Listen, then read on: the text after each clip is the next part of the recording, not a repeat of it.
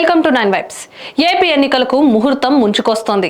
BJP జనసేనతో పొత్తు కుదుర్చుకుని Telugu Desam party కూటమిని ఏర్పాటు చేసింది.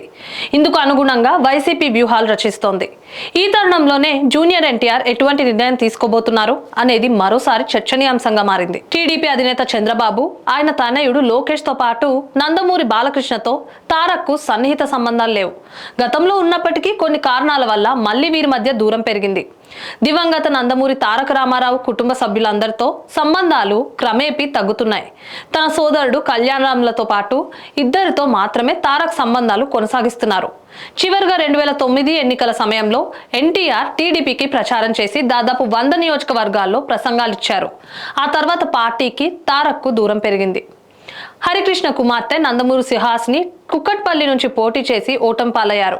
ఆ సమయంలో కూడా సోదరికి మద్దతుగా ఎన్టీఆర్ ప్రచారం చేయలేదు. ఇటీవలే డెవిల్ సినిమా ప్రమోషన్స్ లో భాగంగా కళ్యాణ్ రామ్ ను ఏపీ ఎన్నికల్లో ఎటువైపు ఉంటారని విలేకరులు ప్రశ్నించగా తమ కుటుంబం అంతా ఆలోచించి నిర్ణయం తీసుకుంటుందన్నారు. అంటే తారక్ తో మాట్లాడి నిర్ణయం తీసుకుంటానని కళ్యాణ్ రామ్ చెప్పారు. కుటుంబం అంటే కేవలం తాను, తారక్ మాత్రమే మిగిలాననేది కళ్యాణ్ రామ్ ఉద్దేశం. నందమూరి కుటుంబం అంటే పదుల సంఖ్యలో ఉంటారు. చంద్రబాబు అరెస్ట్ సమయంలో తారక్ కానీ కళ్యాణ్ రామ్ కానీ స్పందించలేదు. అప్పటికి అంతంత మాత్రంగానే ఉన్న సంబంధాలు అరెస్ట్ తర్వాత స్పందించకపోవడంతో మరింత క్షీణించాయి. దగ్గుబాటి కుటుంబం కూడా చంద్రబాబుకు దగ్గరవుతుంది. రేపటి ఎన్నికల్లో కూడా తారక్ సైలెంట్ గానే ఉంటారని రాజకీయ విశ్లేషకులు భావిస్తున్నారు.